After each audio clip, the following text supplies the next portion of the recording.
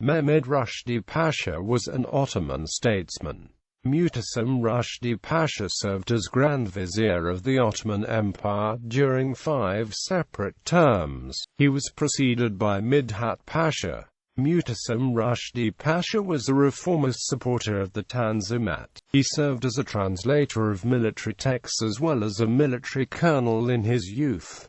He was born in 1811 and died on the 27th of March 1882. Early life. Mutercim Rushdie Pasha was born to a poor boatman in 1811 in the town of Ayancik. When he was 3 years old, his family moved to Istanbul circa 1814.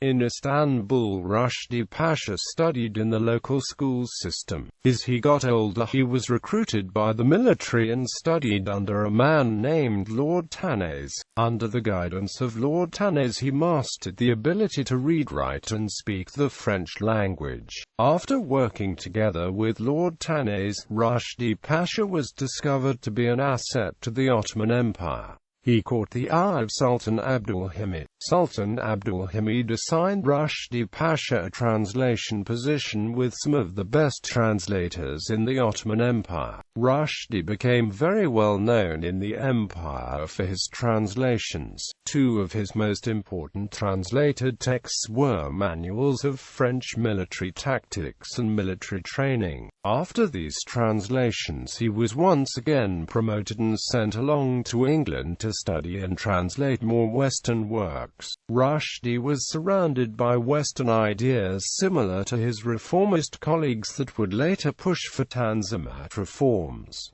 Military career. In 1839, at the age of 28, he was promoted to the rank of colonel. Rushdie Pasha continued his military career, and in 1843, he became a leader in the military council. He continued to contribute his talents to the military until he resigned from his position at the age of 42 in 1853. He was nominated to be the governor of Damascus, but Rushdie Pasha denied the position.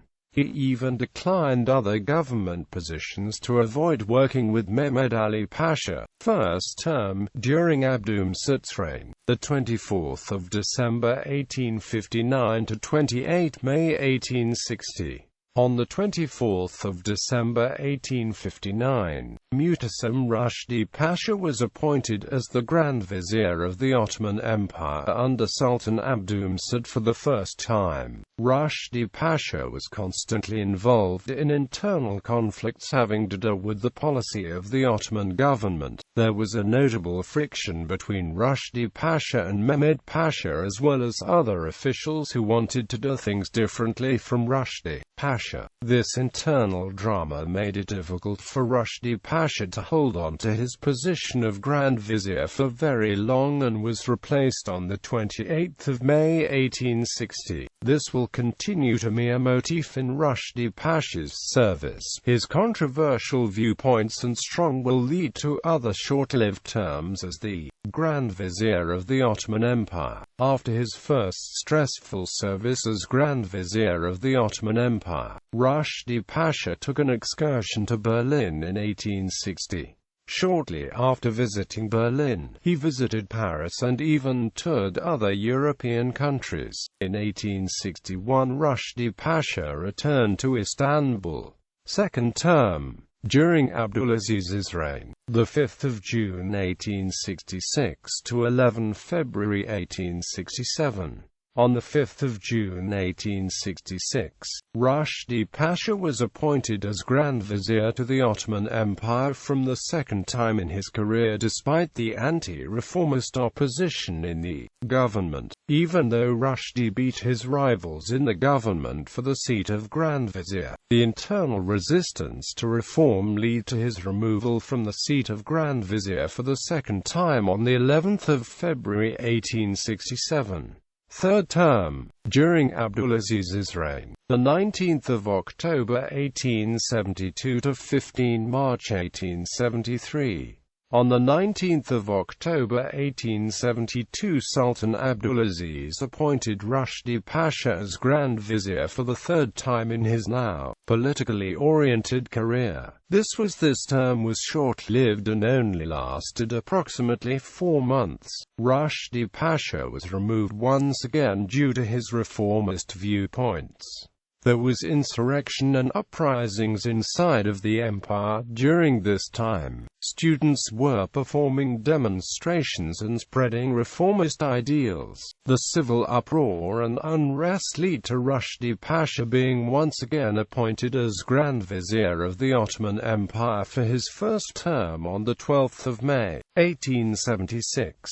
This was done to appease the reformists and to stabilize the unrest. However, this did not save Sultan Abdulaziz. He was assassinated by his ministers on 30 May 1876. The Sultan's assassination was played off as a suicide.